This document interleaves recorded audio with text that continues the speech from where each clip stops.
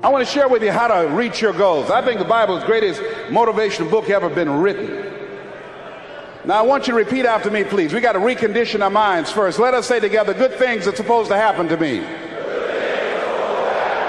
Yeah, write that down. I want you to say that to yourself every day. See, we live in a world where we believe that bad things are supposed to happen to us. I remember at a point in my life, Bishop, when things are going good for me, and I said, this is too good to be true. Something is bound to happen. Guess what? It did. Thou shalt decree a thing that shall be established unto you and shall accomplish that whereunto it has been sent. Watch your words. Watch what you say about yourself, about your affairs. Be conscious of that on a daily basis. Why? Because your words are powerful. In the beginning was the Word. Life and death is in the tongue. Watch what you say. Never say I'm broke. Say I'm overcoming a cash flow problem.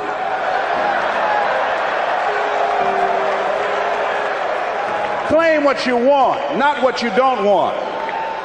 So affirm, good things are supposed to happen to me, and begin to believe that. Begin to expect that. Now, I was talking to my oldest son, Calvin. We were going for a walk. And I said, Calvin, do you want to be successful? He said, yes, sir, Dad. It's okay. We kept on walking. Then I stopped and I looked him in the eyes.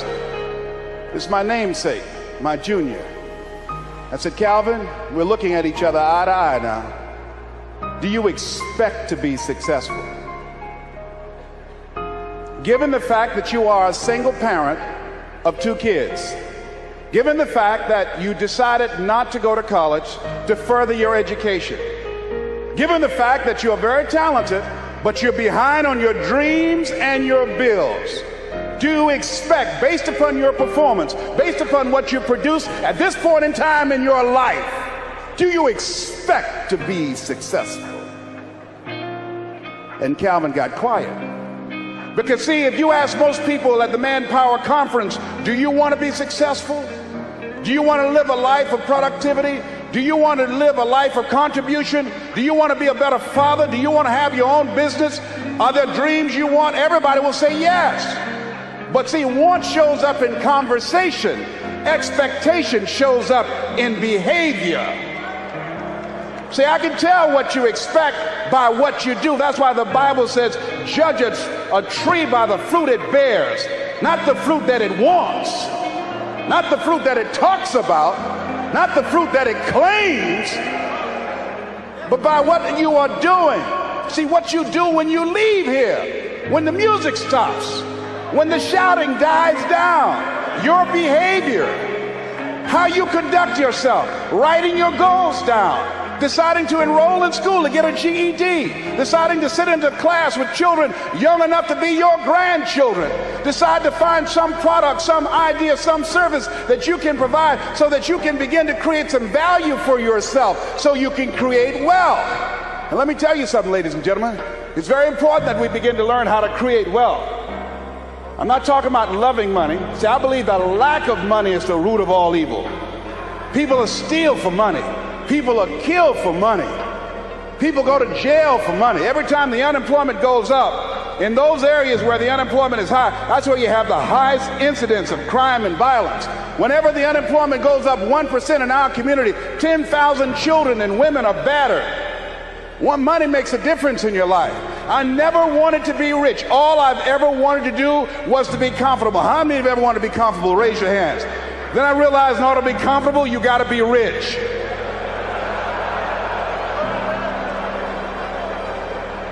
An old friend of mine, Zig Ziglar, said, people say money won't make you happy, but everybody want to find out for themselves. Rita Davenport said money ain't important, but it's right up there with oxygen. And let me tell you something, fellas, even if you're as homeless as I am, if you got some money, women will find something cute on you.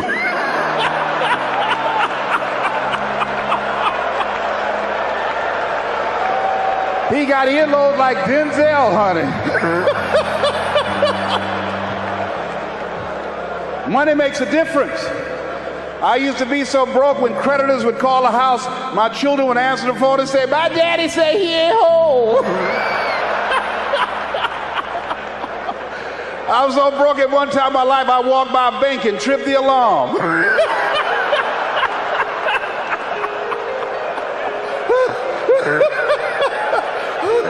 I tell you, poverty sucks. You hear me? Repeat after me, please. I'll never be broke again. Yes, write that down. I affirm that I'll never be broke again. Never. Never will I ever be broke again. Let me tell you what money does. Number one, it gives you control over your life. Write that down. Number two, it gives you options. Three, it allows you to live a life of contribution, to contribute to things that you feel strongly about. Like this ministry and the work of Project 2000 will be doing to change the lives of young people. Bishop Jake's vision is if we can have Little League football teams and baseball teams and basketball teams, then we can have Little League dermatologists and cardiologists and endocrinologists. So he's now establishing an institution, Project 2000, to give our young people the methods and the techniques to reinvent themselves as we go into the next millennium. And this era that Peter Drucker calls the era of the 3 C's, accelerated change, overwhelming complexity, and tremendous competition. So here's the first step to accumulating wealth. If you expect to do it, write this down. You must be willing to do the things today others won't do, in order to have the things tomorrow others won't have. That's why the book of life said the road to life is straight and narrow, and few there be that find it, because few there be that are willing to do the things today others won't do, in order to have the things tomorrow others won't have. What are the things that others won't do? Number one, make discipline a major force in your life.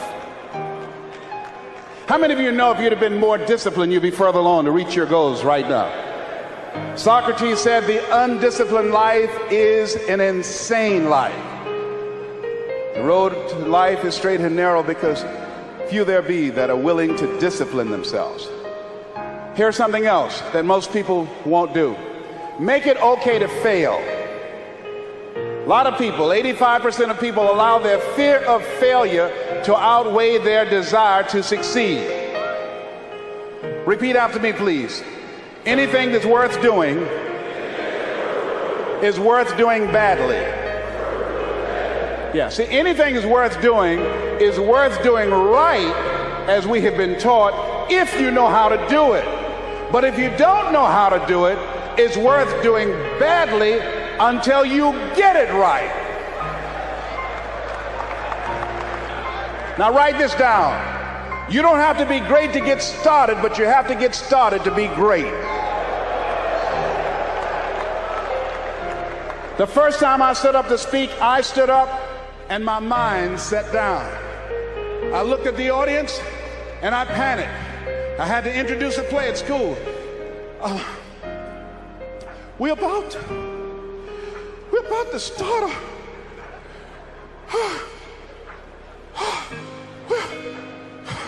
ran off, Mr. Washington. Mr. Brown, where are you going? Mr. Washington, I can't think, sir. I don't know. Did you rehearse? Yes, sir, I did. Well, what's wrong? Why did you say your lines? I don't know, sir. I got up there and I looked at him and everything left me. Let me do it another day, please, sir. No, go back out there, Mr. Brown. Mr. Washington, I'll mess up, please, sir. Don't send me out there now. I'll mess up. Mr. Brown, if you run now, you will always be running. Anything that's worth doing is worth doing badly until you get it right. Why are you moving like that? I got to go to the bathroom, sir. Mr. Brown, go back out there. Yes, sir.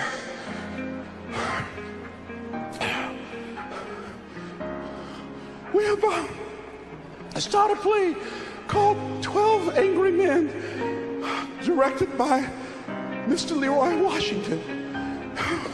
And I ran off. The next day, hey, Alfalfa!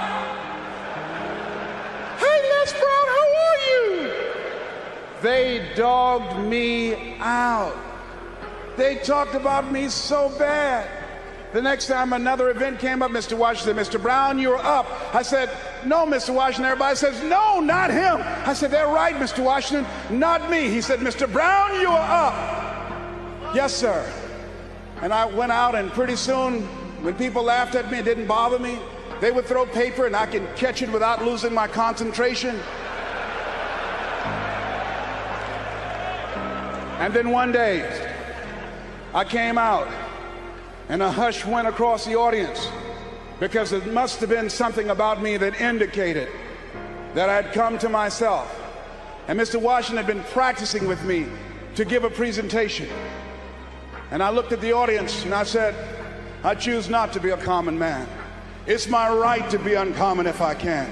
I seek opportunity, not security. I do not wish to be a kept citizen, humbled and dull by having the state look after me. I want to take the calculated risk, to dream and to build, to fail and to succeed. I refuse to live from hand to mouth. I prefer the challenges of life to the guaranteed existence, the thrill of fulfillment to the stale calm of utopia. I will never cower before any master, nor bend to any threat. It's my heritage to stand erect, proud and unafraid, to face the world boldly and say, this I have done. Girl stood up and said, that's my boyfriend, honey.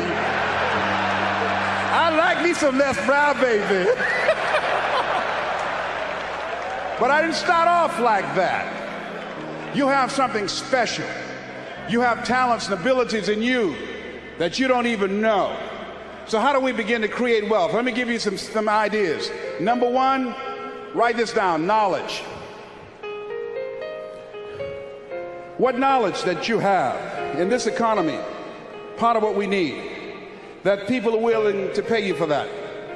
Next is talent. What talent? Dion's talent's playing football. I didn't have that as a talent. My talent is talking. To me, my definition of success is doing what you love to do and find somebody to pay you to do it. You want to master your talent. Find out what it is that you love to do. I love to talk. Scripture is another key that says to us of what we need to do to begin to develop ourselves. Luke 12:34, where your treasure is, there will your heart be also. So what do you love to do? And then explore ways in which you can earn a living doing that. Cooking, writing, painting, working with numbers, working with people. The other thing is, not only must you have knowledge, talent, some skill, but the other thing that's important, faith to act on whatever your dream is. See, if you don't believe in yourself, how many people you know that have a lot of talent, a lot of abilities, but they don't believe in themselves? Raise your hands. See, that faith is very important. So the faith to act on those dreams, those desires. Here's scripture that I like very much. Proverbs 16th chapter, 3rd verse. Commit thy works unto the Lord, and thy thoughts shall be established. Commit means to carry into action deliberately. Commit means to make it happen no matter what. Commitment. There's a difference between next time you have bacon and eggs. The chicken was involved. The pig was committed. He had to give it all up. That's going to take a minute to sink in. No, all right? See, when you make the commitment, I'm going to become wealthy. When you make it important, when you decide I'm going to do it no matter what, life changes for you. See, most people don't keep their commitments to their commitments. That's why they lead lives of poverty, lives of misery, lives of unhappiness. Socrates said the uncommitted life isn't worth living.